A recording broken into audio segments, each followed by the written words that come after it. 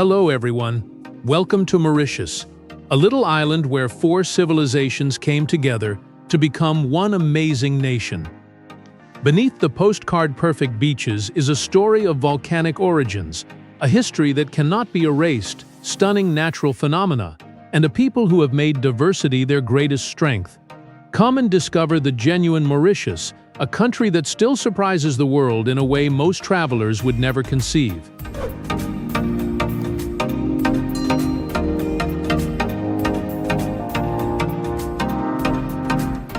What if you could travel an entire country in little over an hour?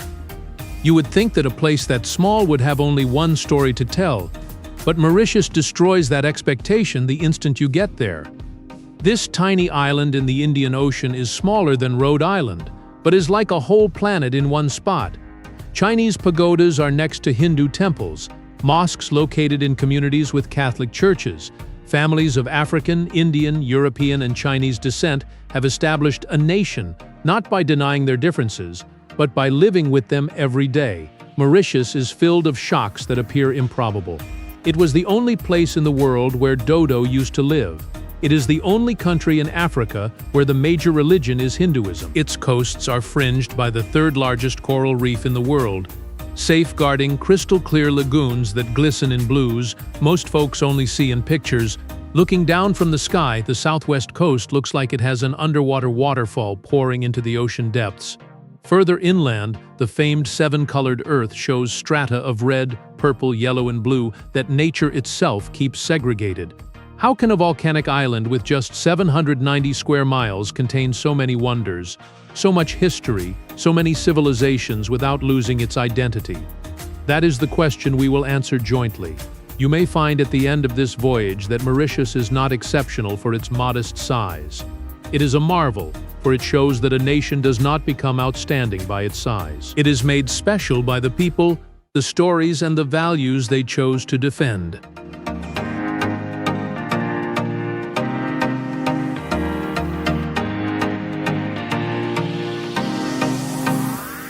I want to get back to the very beginning and pick up that story.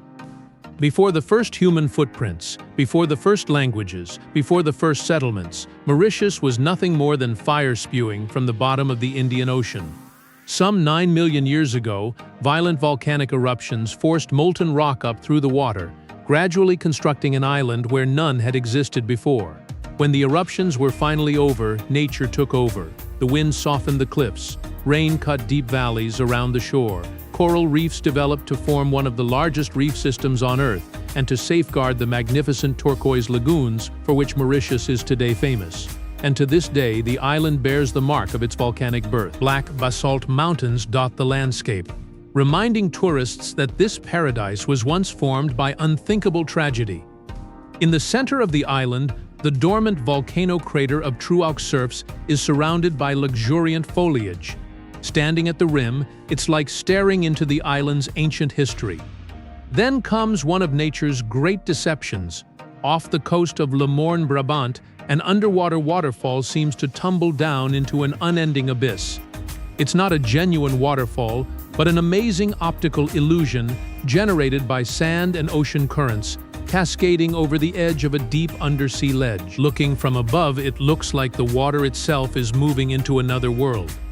The Chamarel waterfall tumbles down through the deep tropical forest nearby, and the famed seven-colored earth has layers of red, violet, yellow, and blue volcanic sand that have not mixed even after millions of years. Mauritius is a reminder that the greatest marvels of nature are rarely made overnight. Sometimes the most beautiful things in the world are the silent product of millions of years of patience, endurance, and change.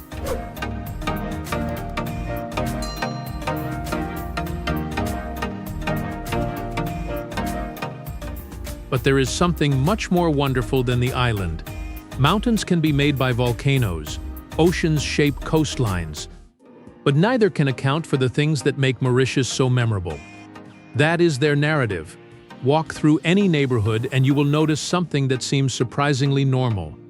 A Catholic church and a Hindu temple are right down the street from each other. On the corner is a Chinese family who runs the bakery. A Muslim shopkeeper knows his clients by name.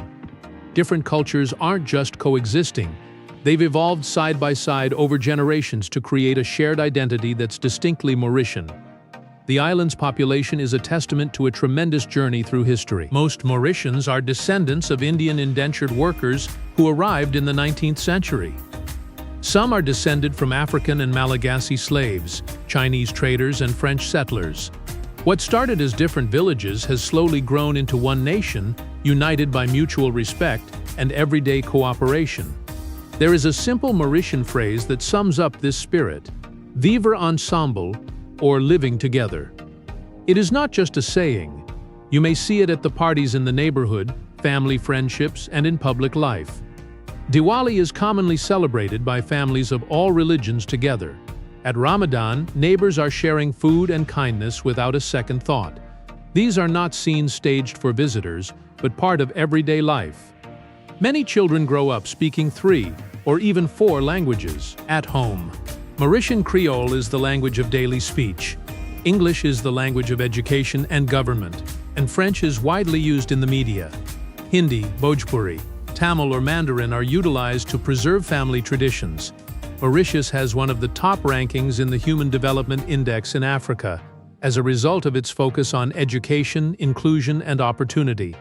Free public education, transportation that many kids and elderly can afford to use, and a strong sense of safety are signs of a society that invests not only in its economy, but in its people.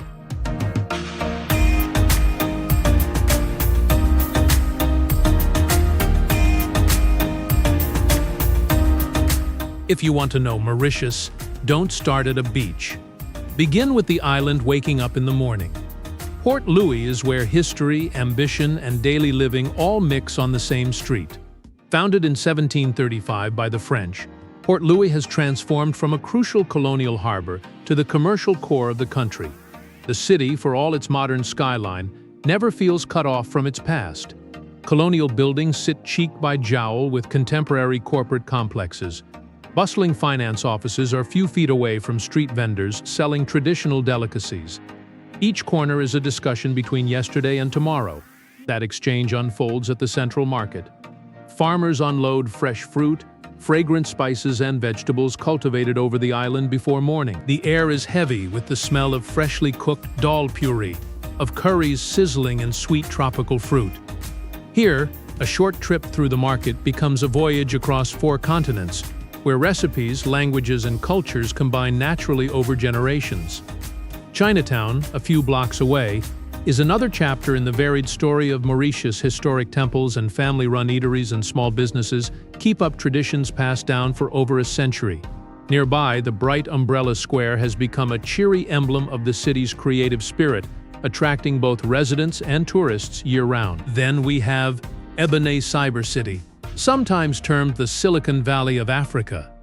The country's economy is being diversified, and new possibilities are being created for the future generation by modern technology corporations, foreign businesses, and young entrepreneurs. Port Louis is renowned for more than structures and businesses. It's the equilibrium. A city where tradition is never sacrificed for innovation, where identity is not erased by progress, and where each new chapter is written on the bedrock of various cultures, not just coexisting, but thriving together.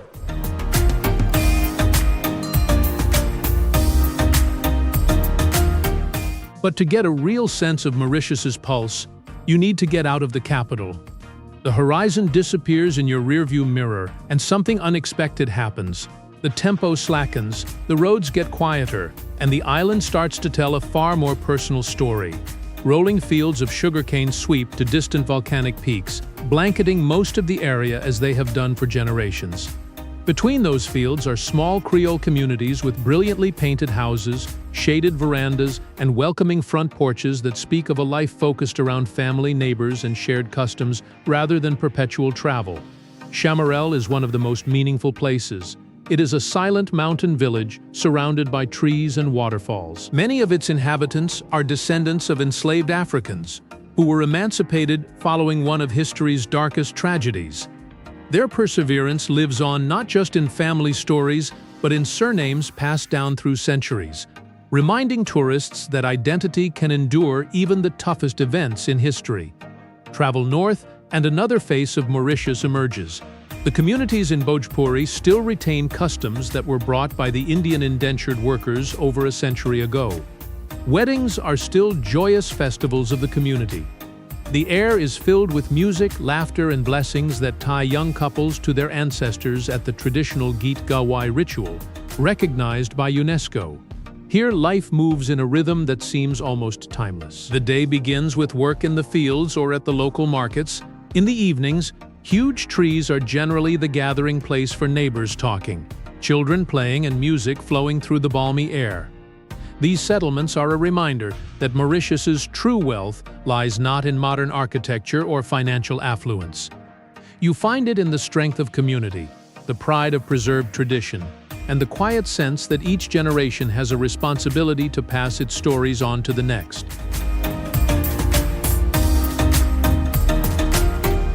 Every country has a soundtrack, but in Mauritius, that soundtrack was initiated by those who had taken practically everything from them but their hope. And yet they managed to turn suffering into music, which still today brings people together. When the sun sets, the rhythm of sega fills the beaches, villages, and family gatherings across the island. Emerging in the 18th century among enslaved Africans on sugar plantations, sega was a means of expressing sadness, celebrating survival, and retaining a feeling of identity. The legends were transmitted from one generation to the next with the pounding of the ravan drum, the shake of the maravan, and the distinct ring of a triangle. In 2014, UNESCO declared sega an intangible cultural heritage, not only as a type of music, but also as a symbol of the endurance behind it. Legendary acts like as T-Frere kept its old sound alive, while Kaya invented seggae, which combines sega with reggae to inspire a new generation. That similar story of cultural melting continues around the dinner table. Mauritius doesn't have a single national cuisine. It has numerous braided together over centuries. Dal puri, a soft flatbread stuffed with spiced split peas, has become the island's iconic street snack. Gâteau piment has a spicy texture that makes it a breakfast or snack favorite. Rougal, a hearty tomato-based stew, demonstrates both French and Creole origins. Chinatown serves sizzling bowls of boulettes, highlighting Chinese culinary traditions, while a chilling glass of sweet alauda provides a pleasant finale on a warm afternoon. Food and music in Mauritius are more than just feeding or entertainment. They keep memory alive, they celebrate diversity, and they remind each generation that cultures are stronger when they don't stay isolated, but share their tales with each other.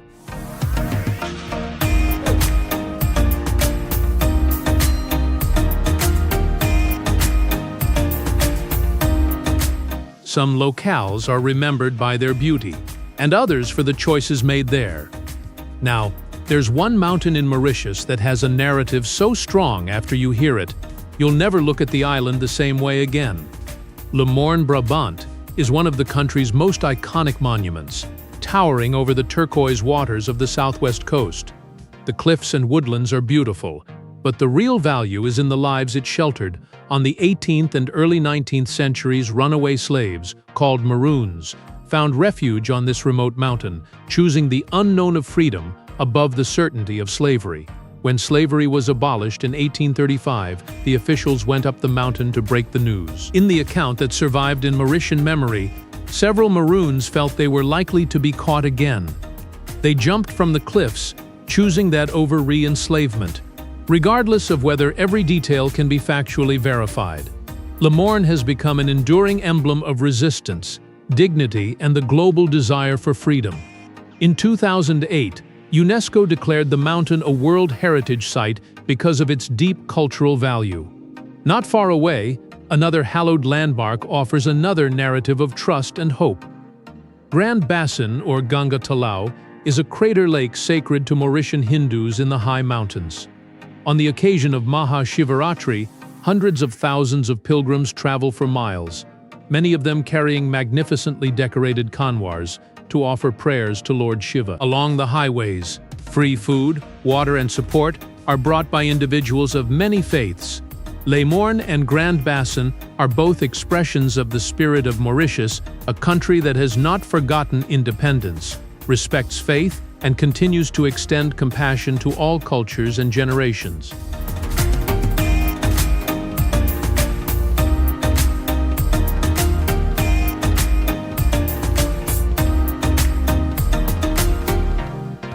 But maybe the most inspiring chapter of Mauritius is not about what the island created. It's about what it almost lost and the commitment to make sure it never happens again. Mauritius is teeming with natural beauties that are almost unbelievable. Giant dunes of 7 different colors, created by old volcanic materials, are found near Chamarel. Reds, purples, blues, and golden hues are naturally separated, creating one of the most distinctive geological vistas in the world. Off to the side, the well-known underwater cascade seems to suck the sea into a bottomless abyss. It's a fantastic optical illusion caused by sand and heavy currents moving across a deep underwater ledge, and a reminder that nature can be as deceiving as it is beautiful. Just beyond these iconic landmarks sits Black River Gorges National Park, the island's biggest protected forest. Its pathways meander through native woodlands, waterfalls, and unusual ecosystems that have withstood the test of time. But the park has a more emotional story to tell. The dodo, possibly the most renowned extinct bird in the world, was found on Mauritius. It developed without natural predators, thus never taught to fear people. The dodo became an eternal icon of irretrievable loss, driven to extinction by introduced animals and habitat loss within decades of European settlement. Yet Mauritius refuses to let history repeat itself. Conservationists, scientists, and local people work together to save species that were on the same precipice of extinction. The Mauritius kestrel, once reduced to only 4 wild birds, has been brought back through decades of persistent conservation. The pink pigeon, another endemic bird, has also made a recovery thanks to intensive protection. Mauritius has a tremendous story to tell. Humanity cannot redo the sins of the past, but may choose what kind of future to leave behind. Sometimes the greatest achievement is not in creating something new, but in preserving what is left.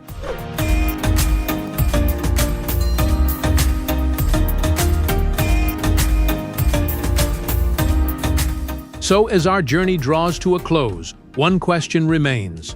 What is the secret of Mauritius? Beaches, the hills, the landscape? Whoa!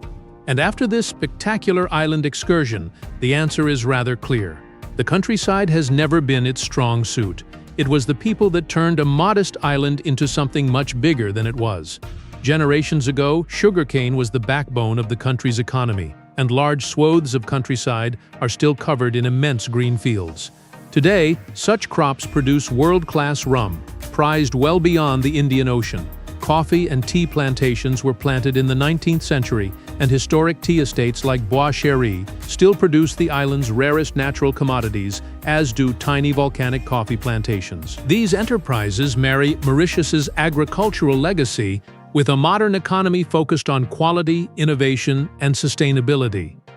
Mauritius is one of the world's top island destinations, including gorgeous spots such as Île aux Cerfs and Blue Bay Marine Park.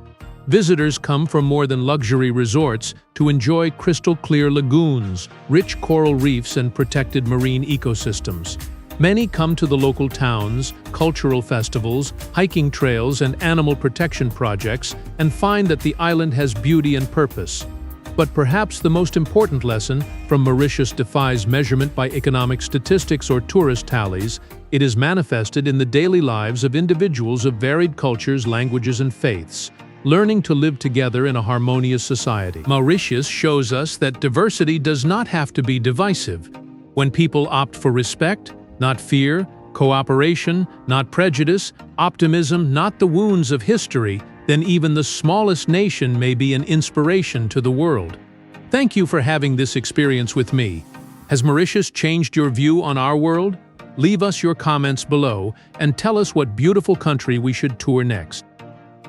We have Mauritius behind us, but we carry the very best learning from it.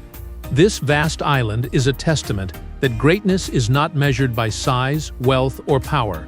It is gauged by how people treat each other and the legacy they leave for future generations. Mauritius has turned a history of slavery, colonization, and environmental destruction into a future of respect, variety, and hope. It reminds us that our differences may be our greatest strength, when we choose to understand rather than divide. If every city shared the same spirit, the globe would be not just more peaceful, but more compassionate, stronger and united.